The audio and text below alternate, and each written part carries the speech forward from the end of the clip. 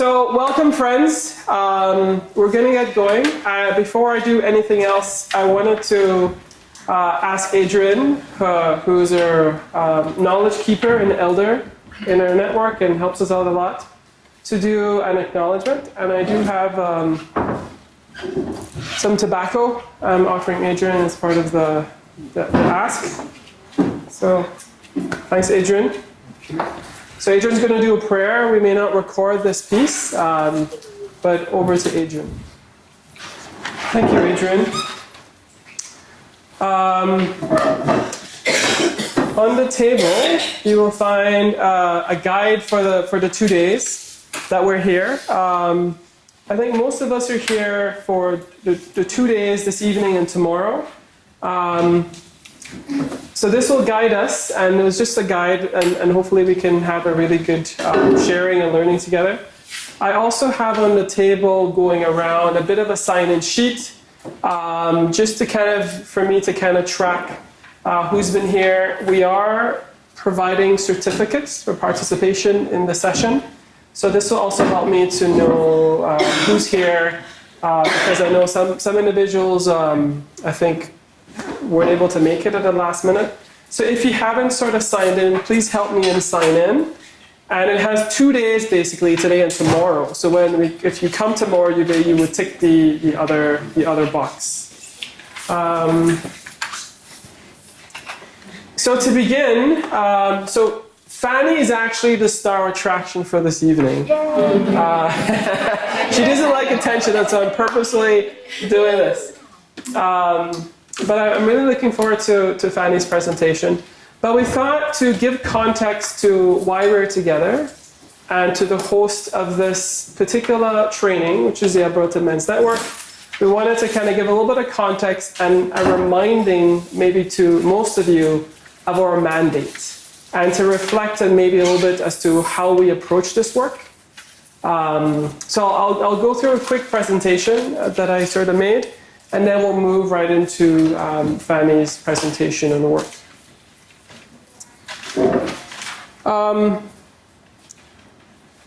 And here, maybe just acknowledging some of the partners who have supported our work, both currently and historically. And that's why I have some of the partners logos in the bottom. But to start off, to reiterate who we are. So as a network, we are committed to nonviolence, particularly through violence prevention, which is our angle, through an anti-colonial, anti-racist, and human rights lens. And you'll see those repeated back in the slide, which I talk about our values. We do work across the gender spectrum. So even though we call ourselves the Men's Network, we are open and inclusive and learning how to work with all members of society and community. And we do that really in support of healthy relationships and healthy communities. And I'll talk a little bit about the origin and maybe how we came about as the Men's Network, which is the umbrella name for our work. Just a quick review maybe for some of you as to what I thought from some of our ongoing conversations about our values. Non-violence is certainly one of them. Our focus is violence prevention, which is a particular angle. Humility, respect, and solidarity are often values that come up, particularly when we work with a lot of communities. I think solidarity is important for me because I think the recognition that this is a collectivist project. And we work really in supporting each other and asking support from each other as well. So I think that's really important, and as it's really, to me, a social justice lens to the work. Human rights, I think recognizing the rights and beliefs in all human beings, regardless of background, religion, walk of life. And I think this work that we do is not superficial. It's not just about, let's prevent violence, let's work with individuals. I think this is rooted in some of the causes and the structural reasons why we have inequity, why we have, an othering of people, and why some individuals can't have opportunities like some others. I think there's been historical efforts to suppress and marginalize individuals. And that's rooted in colonialism. And that's rooted in oppression, which was done on purpose. So lots of people around the world, and particularly within Canada. And Adrian made reference to some of what happened earlier that formed Calgary, that's historic. So I think it's important to recognize that, because if we don't really remember our past, right? I think that the saying is that you can repeat it if you really don't, and to guard against some of these things. Diversity and inclusion is also part of our values, and I think the last one is really we are strong because we are diverse. So I think as a network, we're always including others. Some of you, I think, are perhaps wary of that. Always like, come in, help us do this. Like, you can do this task, because we realize that's how this work should be done. I think it's not a one-man show or one-woman show or one-person show. I think it needs collective effort from everyone if we're going to change things that we want to change. Just quickly, this is a busy slide, and maybe not to get into the whole details, but I think this is an emerging sort of model that I think we worked on. Sorry, Adrian. And I think trying to really, in some way, articulate how we feel we work together. And I think the language we really came around was a collective cultures organizing model. And that's really, to me, a way of really saying, as I was saying earlier, around collaboration and ensuring that there's diversity to the work. Recognizing that there are certain tools and knowledges that we put in. There's a process that's particularly sort of done with intention and really looking to key outcomes. But this is, and if you want to talk to me, if this is confusing, you can kind of talk to me later. I can explain it a bit more. But I wanted to mention that we do have a way of doing things, and we're always looking at how we could evolve and get better at this. So this is our model, collective cultures model. And just quickly, some strategies that we've mainly used. I think we've often, as a network, we are focused on prevention. So we're not an agency or an organization doing programs and services. I think we'd like to be a grassroots movement. Which I think the discussions were it makes us more nimble and flexible to either initiate and to be responsive and not to be held down by any sort of top bureaucracies and policies, and really trusting in the relationships in the network that we can figure things out. So this is how I think is our approach. I think we also believe that, particularly around violence prevention and domestic violence prevention, advancing gender equity. Historically, it's been led by the women and the women's movement. And I think increasingly many advocates and researchers recognize that this work has to be done in partnership. Men have to lead and women have to lead. But because so much of this work historically has been led by women, I think the recognition of giving space for men to get on board, be trusted, and to help lead this work. So I think the recognition of always looking for male role models, and for the men in the network to see yourself as a male role model, not just publicly, but privately, in your own homes, your own communities, and in public work. I think education is a big part of how we transform. So we often do public education, public awareness things, but also recognition that as individuals, we also need to be working on ourselves. We've had opportunities internally to do sessions to really do some healing and sort of introspection. Adrian has often led some work around healing and trauma, which is beautiful work. So I think it's this ongoing realization that we're not just educating the public, we also have to educate ourselves, and that's an ongoing process. As I mentioned, prevention is a focus, and by prevention I think meaning equity-based relationships between all spectrums of gender, men and women, promoting healing and personal transformation. So it's a lot of personal work, I think, also goes into this. and also challenging structural inequalities, which sometimes could seem daunting, but those are some of the root causes as to why we have the issues that we're working at. So it's both micro level work and both macro level work and in between. I think around collective support, and particularly because historically men and boys don't really have much spaces for healing and self-inspection. Nature and nurture, that's a debate, but I think there's a recognition. And I think a lot of the women in this network have often tried to give the men in the network another individual space to kind of do some of that, which is kind of cool. And again, I mentioned diversity and working collaboratively. So these are some of the strategies we kind of weave into things as we plan projects and as we plan actions. So there is to this chaos, there is some organizing, even though it may seem that way. Quickly, so I think this is something we often talked about, the shift that we need to always remember, and something we need to talk about publicly, that violence prevention, which is our focus, has to shift from a women's issue, which is kind of how it's typically seen by some communities, not everyone, to a community issue. And this is kind of our work in kind of really shifting this. And that's why we need everyone around the table, and all ranges, all backgrounds to kind of do this work. And this is what it looks like in practice. A reflection of community galvanizing this common cause to prevent violence. A significant piece of, so I think this goes into some of the origins of the Alberta Men Network. A significant project that we undertook in massive collaboration in Alberta was a men's survey. And it was one of the, as far as I could recall, one of the largest surveys done, and particularly by a grassroots and by community partners collaborative or group.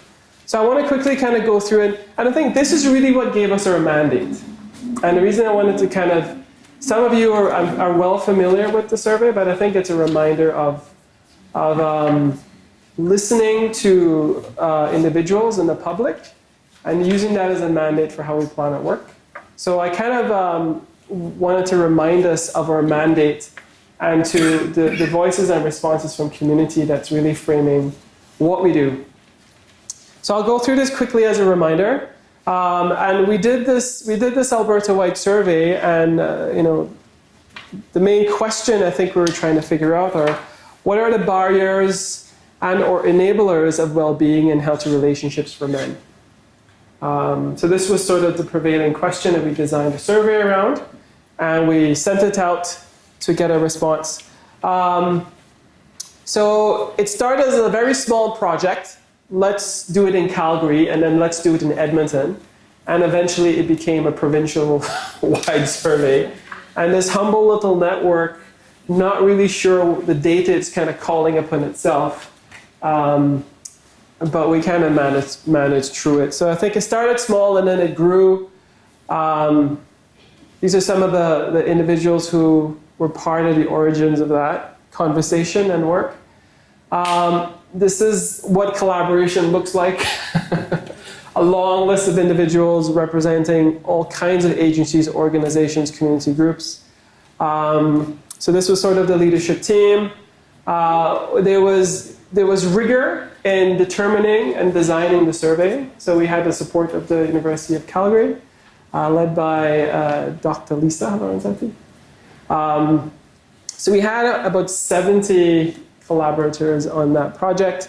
We kind of used all kinds of methods. We did an online tool. We did in-person interviews. And we did the survey in multiple languages as well. We really thought through the data connection and analysis. And as part of the reason I wanted to show this too is that we use PAR methodology, which means that community members are researchers. And I think everyone really helped in terms of doing the data collection, analyzing it, and sort of taking reports back out to the community as part of how we work as a network. So we had over 2,200 men who responded to the survey. That in my mind, in my interpretation, is really what gave the network its mandate. I'll kind of go through quickly some of the responses that I think really jumped out at us. And I'm not just I won't go through everything in detail. I may skip some questions just as this is really as a refresher, I think, for most of you. So we got responses from most of Alberta, so everything in blue. We got responses from. We heard from both Canadian-born individuals and from newcomers to Canada, first-generation immigrants. We heard from a wide cross-section of individuals across the gender spectrum. We heard mostly from straight men, who considered them straight or heterosexual, and then we had from LGBTQ community and individuals who are part of the gender spectrum. A smaller number, but mostly or mainly from straight men. So these are some of the things that stood out. So 1 in 5 of the participants, 1 in 5 men said they were living with some kind of mental health challenge. When asked if men needed support around well-being and healthy relationships, the majority said yes. So 96%. And I know some of you know this, but it's a reminder of the importance of our work and why we have to remember why we're doing what we do in our mandate. So 96% said yes, like we need support, but only 24% said they actually know where to kind of actually go for some of that support, which again really showed the massive gap, right? So this was really, maybe to some of us we're like, yeah, we knew that, but it was really clear, black and white. The data was clear. So one of the things we asked about, do expectations, social norms and social expectations around manhood and masculinity really affect you, your behavior, particularly in terms of accessing support? And 32% said yes. So about 1 in 3 men would be affected in accessing services because of the expectations around just being who they are, being men. So again, right, just the kind of work that needs to happen is large. So a quick slide on what kind of supports men would use. Peer supports, counseling kind of came up as the top. So men are actually looking for that in person, right? Maybe face-to-face, and you can have different. But particularly around peer support, they kind of really want to connect with other men. And then you kind of go down the line, but those were the top 2. Factors that promote well-being, family, good family relationships, right? So family is critical and important. Financial stability, I think that's one of the things that a lot of men think about, a lot of individuals. And then coming a close third, friends. So relationships are important, and finances, which may not be a surprise, but we're hearing it from men. Main barriers, financial challenges, and really issues around relationships, particularly family. And addictions, I think, came in a close third, which was to me, I didn't know that. I didn't realize that. So that was a quick review on some of the top data that kind of came back that really influenced their work. And then what happened was once we had the survey, we did a really interesting launch. So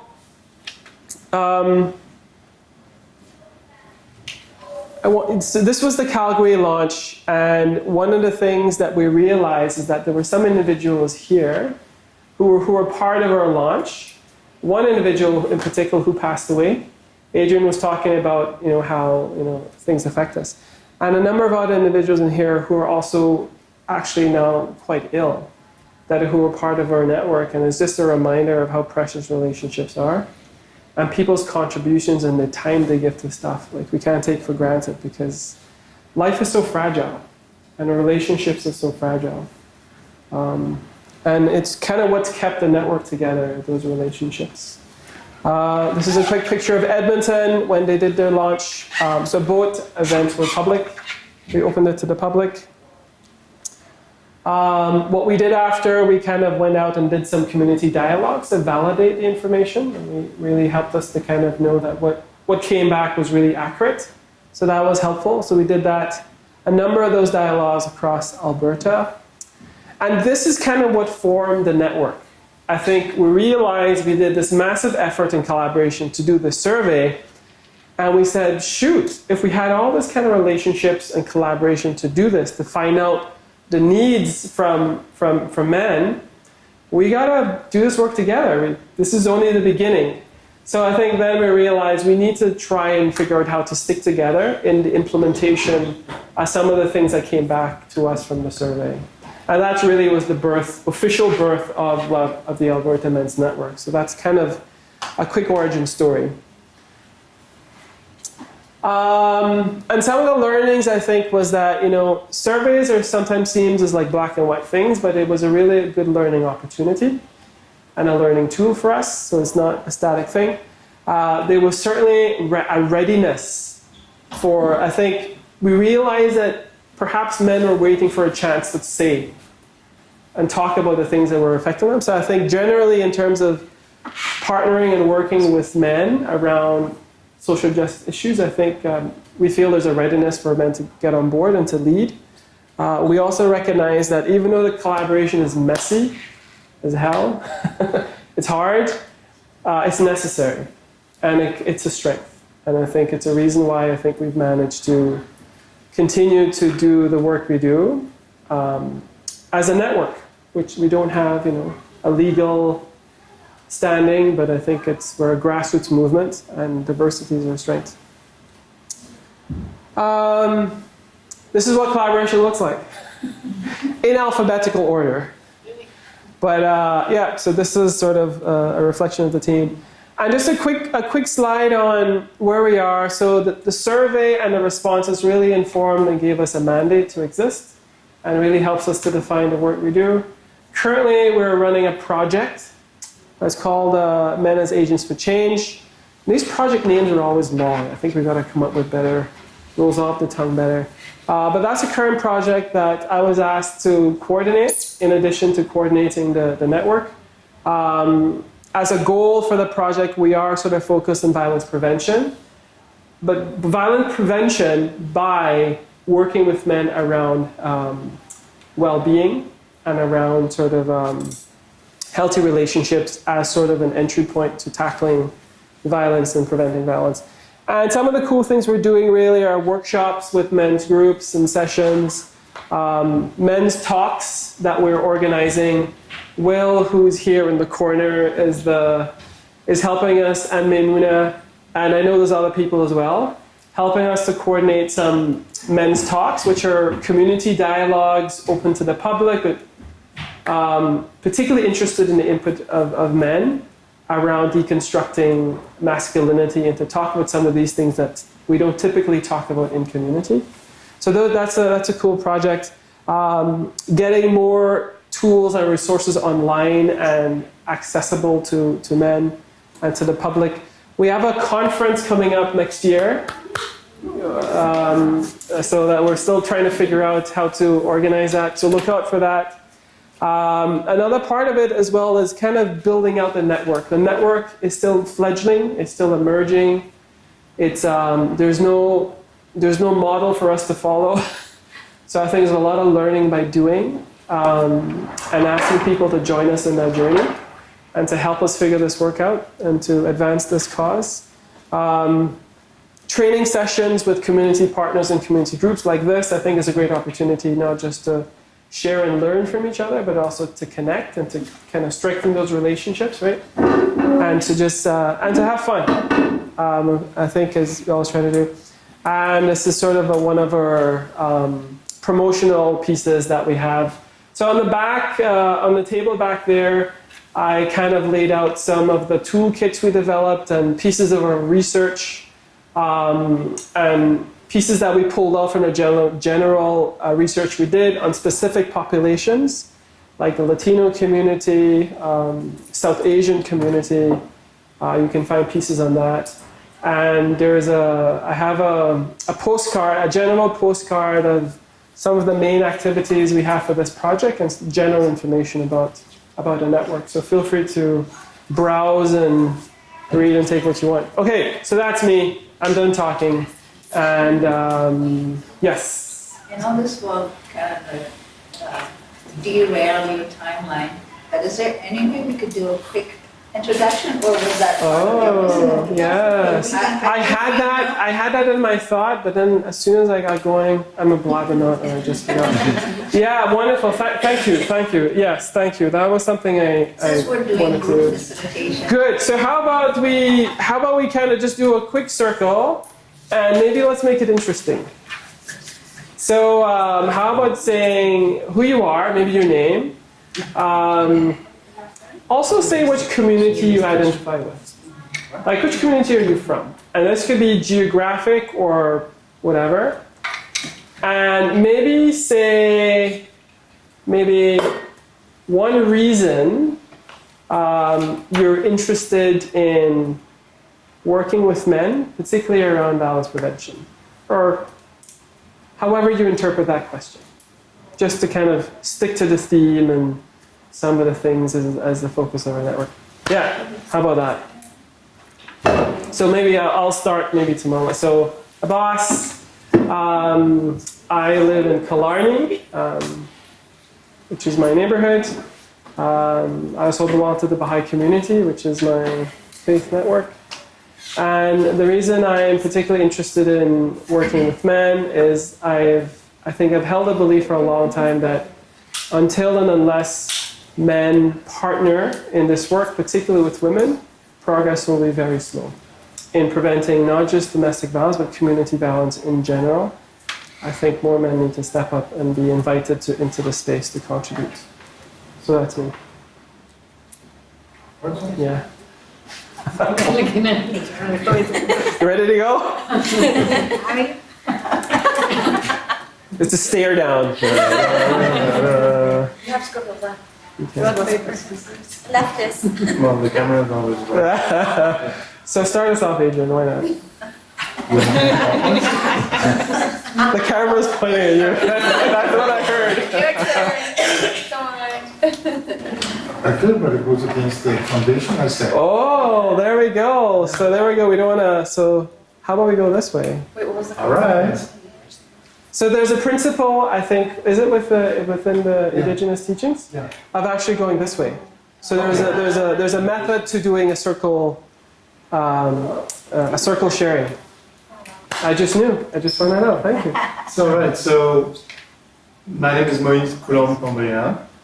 In terms of community, I'm part of more than one community. One of the first community, of course, is Ranchland, like geographically. French Canadian. I'm Canadian. I'm a man and human being, and a lot of the people in the room here are part of my community at heart as well. So, those are my community. Now the next question is, why I'm here? Why are you interested? Why are you interested in violence prevention and maybe working with men on this issue? To be honest, I feel that I'm kind of just falling into the groove. Just going along and just happen to be here. I think these are all very good values and very, very valuable, and I'm just really happy to be here, and we'll see where that goes. Hi, my name is Veronica. I am from Mexico and I live in Ranchlands. I am wife to Moise. Through Lisa, I feel that she's part of my family, and through her, Lemlem and many people here, that is my extended family here.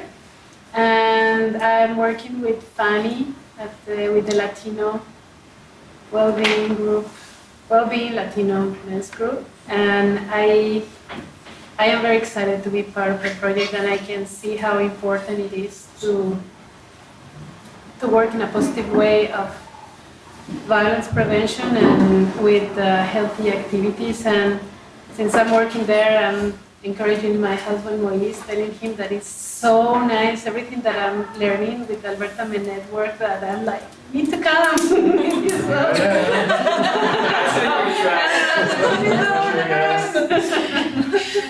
And yeah, thank you. Okay. Hi everyone, my name is Alejandro. I'm from Mexico. I've been here in Canada for the last, I believe, 13 years. And tonight I'm here because I want to meet some new friends. And other thing is if maybe I can learn something for you guys in order to be a better person. Basically, that's why I'm here. Thank you. Well, hi everybody, my name is Azucena Barragan Nava, and I'm from Mexico. I've been in Calgary for 3 months, and I love it. And well, I like to learn more about like how to see men, like masculinity, and I think it's personally an area of my life that needs healing, so I think there are no coincidences that I'm here. So I like that. And well, I really vibrate with what you said earlier, Adrian, because that's what I told my friend the other day about how, well, at least where I grew up in Mexico, it's like, no, you're a man, well, I'm not a man, but it's like, you're a man and you can't cry, because that's being weak or being, you know, weird, and it's not. So I definitely support every man here and everywhere that you show what you feel, and it's totally fine. It's okay. It's just another human being as me, and I mean I think it's just a stereotype of being a man, and I'm totally pro show your emotions, and that's fine. It doesn't make that a bad thing. On the contrary, it's amazing, and I'm very happy to be here and see that the world is changing, that we're waking up to this, and it's amazing. Like, you know, it's a good path that we're starting. So, yay! So, thank you. Hi everyone, my name is Saqib Qureshi. I'm from Pakistan. Basically, I work on the Violence Against Women project over there with DFID, like gender equality, back home. So, to be honest, I did not work here a lot on that subject, but I am very in touch with the community, like community leaders and lots of groups. I am part of the organizations, few organizations here, but they are not actually working for the for such subject like that. So this is good exposure for me to be here, and will learn from you guys and your experiences. So thank you. Yeah. Hi, I'm Doug. I'm originally from Nova Scotia. I've lived in Calgary for a long time now, half my life. So I guess I got involved partly just through the group. I think for me, the inspiration was I grew up with a single mom, but I was lucky that I had lots of positive male role models in my life. And I think I just want to help ensure that everybody has access to that, because I know you see there's a lot of kids that are growing up without a positive male role model in their life. So just want to help encourage that so that everybody has that opportunity. My name is Jay. I represent the Filipino community. I'm very much active in the community. So I'm part of the Migrante Alberta. So I'm a community organizer, and part of this network is collaborating and working together. And I think also the essence of discussing about men's issue is very, it's very subtle in the community, especially when we were talking about men's issues.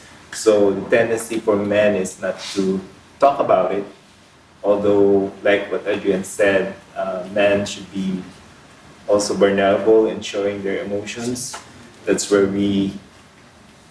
if we suppress our emotion, then that anger comes out. And I think it's also getting technique to nonviolent confrontation and nonviolent approach that we might be getting from this series of workshops, series of dialogues, and also assessing the community on how we can engage them to deepen our approach when it comes to community issues like domestic violence. So I live in the community of Kinkora, where there is a recent domestic violence that led to deaths, which I'm kind of sensitive about it because I live in that area. So I think domestic violence in some communities is on the rise that a lot of people doesn't know and doesn't realize. So there is really a need to organize men and to discuss about this suppressed emotion, this suppressed angers, that we could talk more and discuss more and do something about it. Not just talk about it, but do something about it. That's it. Hi, I'm Chen, and I come from China. I've been here for 4 years, and I'm so glad to be here. Why I'm here? Because I always like to practice through a gender perspective, and it's also new for me, or to say that men have the rules to make the changes, because from a feminist perspective. But I appreciate the values that Alberta Men Network to say, put a man on the board to make a change. My name is Nelly, and I came from the Philippines, and I think I'm connected to that community as a member of Migrante Alberta. And also, I would also say that I am also connected to the activist community in Calgary. The reason why I am here is I'd like to support whatever the group is doing, because I think this is an important work to do. And I work as a social worker, and I've seen so many, in child protection, that's like 90% of children in care is because of domestic violence. And unfortunately, the only solution is to take the kids, not to, it's like, why do we punish? So I think this is a really great tool to, not only decrease the number of children that is taking out of their families, but also towards healing and, a better community, safer community for everyone and for the future generation. My name is Maymuna, and I'm a first-generation immigrant racialized Muslim woman, so I belong to many different communities. But I would say the reason why I'm here and the reason why I'm interested in the work is because I truly believe that no one person can do the work on their own, and I think that women need the support of men, but also men need the support of women in order to build healthy masculinities and have conversations about that. And I think it's really important to create sort of a collective group that you can sort of go and have a bit of healing with one another, and then bring that forward in your own personal lives. And I think there's a lot of constructions about the men and women in my own community and how their masculinities or femininities have sort of shaped one another. So I think it's really important for me to have a presence in the room, but also take the learnings and the teachings from here into my own life and my own home and beyond. I'm Erin. I guess the community that I most identify with is probably the social work community, because it's a really big, strong area where I can learn and grow and challenge things that I've learned my whole life, and just kind of work to be a better social worker and a better community member and a better human being. And I guess the reason why I'm here, the short answer is because Maymuna asked me to come and knew that I would be interested in it. And the, I guess, longer answer is I worked at the Distress Center for a long time, and I talked to a lot of men who felt like they didn't have anywhere else to express their emotions. And it's a thing that I would like to change. I would like to see more men at the table, and I like to have those conversations because it is important for well-being, it's important for community, it's important for our community here, but it's also important for our global community, especially given the current political climate. And so I think it's really important to have this many people here, and I'm really excited about it. I'm Will. Nice to meet everyone. Glad I was able to make it out tonight. Community identify with. I don't know. I honestly just try to give myself to every part of my life that I'm passionate about. So in that regard, I feel like I identify with a lot of communities in a lot of different areas. But I mean, work has always been my passion. So in that regard, I'm a social worker, and I'm a young adult that loves working with young adults and with youth and stuff like that. So why I'm here, it's two main reasons to count. Partially due to my frontline work and what I see, like what Neil was talking about, but mainly I see this big gap with the younger generations, the generation I belong to, the generation that's coming out, and they're needing this voice because I see this transition changing, the beliefs are changing, it's happening, but there doesn't seem to be a voice for them to express those changes publicly. And the more I work with young adults and I engage with young adults, the more I see that and the passion that is like, yeah, like things need to change. We don't want this anymore.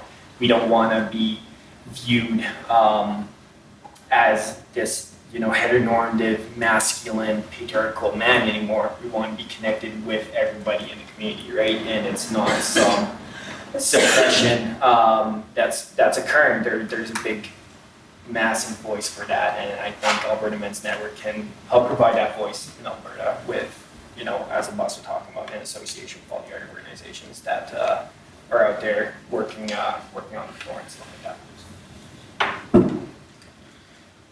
My name is Joan too, and I identify with my family, but outside of my family, I think it's hard to label the community I identify with because I feel like my community is loosely connected just through having done inner work or doing men's work or working in activism in some area. And so I'm more virtually connected with my community, and I'm trying to connect more locally in person to find the community here.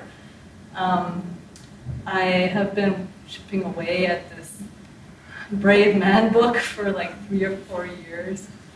I think it's 3 years, where I've been gathering stories of men who reformed after perpetrating violence and talk about their path of change and what their childhood was like and what they did in their relationships and how they evolved from there. And it's starting to come together as a resource. So that's my main connection with the Alberta Men's Network. My name is Hannah. Actually, I used to volunteer in 2015. You see some of your work there? Yeah, I'm like, oh my God, it's so nice. I was part of it. And it's growing, continues the great work. I belong to Ukrainian community here in Calgary and also to community of social workers. I'm a graduate of International Community Development Social Work Program. I volunteer also a lot with the Ukrainian Canadian organizations who support veterans and veteran families in Ukraine. Because maybe some of you know that we had a military invasion 5 years ago and it still continues. We have a war and we have around 300,000 veterans by now who were exposed to front lines and all the difficult things, and around 1.5 million of displaced people as well. So it's a big mess there. And the issue of domestic violence comes up because those guys, men and women as well, go to the front lines, they come back home, and there's no support for that because we didn't have that before. And I'm really interested in working in that, and also more and more involved with youth work. I volunteer now 5 years now as a youth counselor with summer camps at the Ukrainian Youth Association. So I'd like to ask a few questions after. Yeah, and I think it's a really important, great work, and community dialogue and nonviolent communication is something I've learned before, and I would like to be part of it and also learn and maybe do something in that for the future. Oh, and another thing I wanted to mention that I also did my practicum at the Military Family Resource Center. I was at a military conference last year, and those issues were same issues they were talking about in the military families and veteran families, and about masculinity, how those veterans are not allowed to, express their emotions or ask for help because of the stigma, and it can lead to suicide. It can lead to really bad consequences. So it's also it's been in the air, those issues. Yeah. Thank you. Well, I'm Fanny Oliphant, and I worked for many years as a family counselor at CIVO, Advertising and Romance Association. And most of my job was with families and family violence. And I start to see this pattern that we work with a woman, we help them, and they realize what is family violence, and they start to stand for themselves. And they decide when they come home, they go back home, and they see there is no change with the men. They have to be still fighting the same situation. Most of the time, the women can leave the home. I always feel a lot of compassion for that man, because in the few opportunities I have to work, the opportunity to work with them, that was eager for them to learn. They didn't want to be in that position, they wanted to change. And if you give them a little opportunity to give some time for learn new skills and understand what was going on with them, most of the people were able to change. And they, to me, become this important point, really to end family violence. It's not enough just work with women. I'm not saying it's wrong or it's bad or not, nothing like that I'm saying. But we also need to work helping men, because we are relationship, people live in relationships. Then it's important men have some places, and for that, I'm so excited that finally this is becoming the talk in every place you go, that we need to do something to provide these spaces for men to talk and to understand what's going on today. That is why I'm here, because I do believe I'm retired 3 years ago, but I still work with this because I do believe this is a way to go. Yes, help men to understand, to work with them, and give them some skills, and they will take it like this and like that. Then that is why You told me the timeline is going to go with the introduction, but I'll keep it very short. My name is Lemlem Haile. I am originally from Eritrea, but I've been here in Treaty 7 now over 18 years, maybe? Around that time, I'm not going to say how long. I came here when I was only 5, right? And I'm a social worker too. And like Fanny, I worked in family violence prevention for a long time. And as Fanny said, we only worked with women. And we always knew there was a piece, the missing piece, right? But I like the work we're doing because it's also different. We're using community building to bring people together, men and women, to work on this issue, knowing there's a lot of men that are leaders, that are amazing fathers, amazing husbands and partners. For me, that has been really cool to see the change and how now we're really talking about how do we get men to start talking, men and boys to start talking about healthy family, healthy well-being for themselves and also for their families. In my life, I've been really lucky. I had lots of strong men. There are compassionate fathers, amazing partners, like Aria, like Maurice, Doug, Adrian, and Abbas, and now we met a few that have come to our life. So it's just really cool to see that in our circle, right? And to see that that leadership, that people coming together. So I feel lucky that I'm always learning and have to do this part. Well, I'm Adrian, and the group I will say identify with is from earlier today, I sit at a table with Indigenous knowledge keepers. And I was raised, I'm a Nipoka, grandparents' child. And I have my parents, and I love them, live with them. But I was raised for quite a bit of my life with my grandparents. And I knew my great-grandparents, great-grandaunts, and uncles. And these are people whose parents were born 2 centuries ago. And it was a different way of living, different way of life. And to be able to hear that even secondhand. And I've raised I've had a hand in raising 16 kids. I graduated, had started college and was working. And then all of a sudden I had 4 kids that I ended up being the lead guardian of for a while. And the dad was working in Australia, so it's not like I could just call him up. And working with them. And so how do you parent people who know you're not the parent? And so I had to think of a different way of working with them. And it was good. I got both Mother's Day and Father's Day cards from them.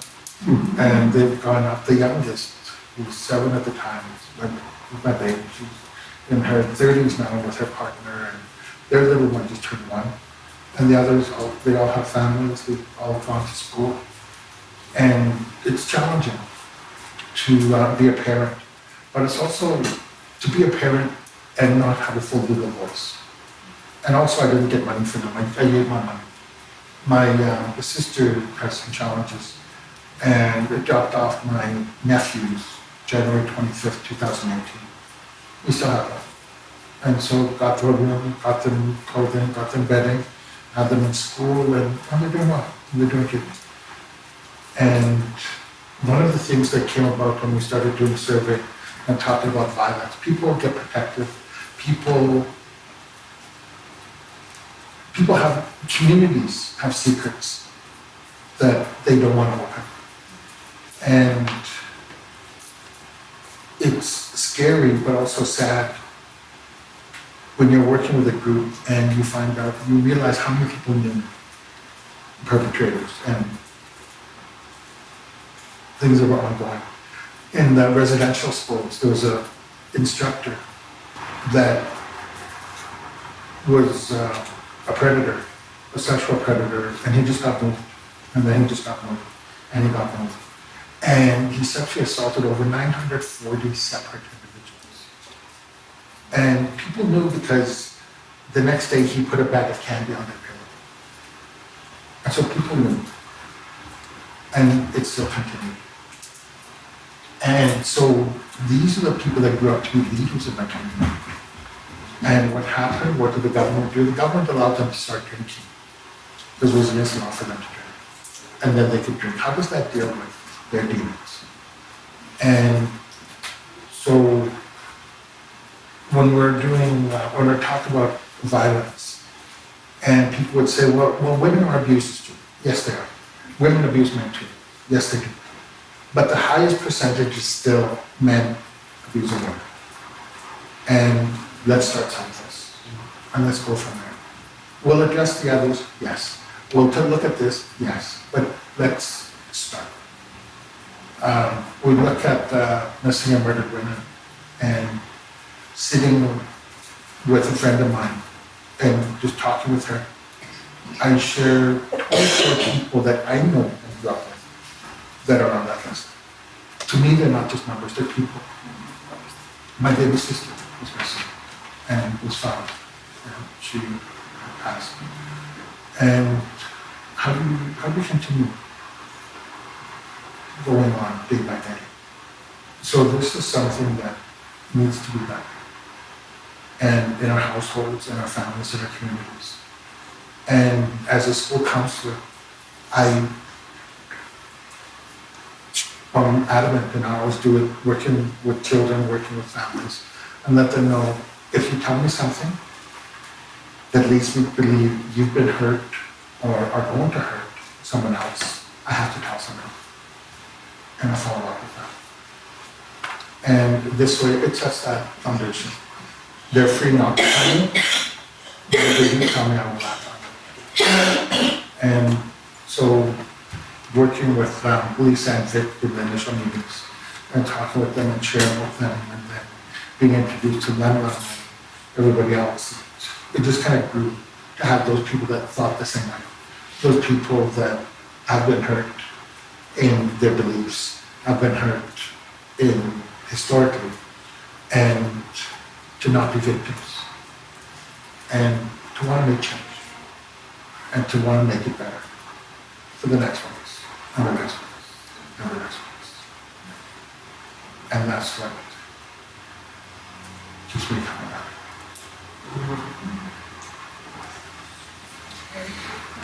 Thank you all. So thank you. That was really nice. It took a while, but I think it's important for us to know a bit more.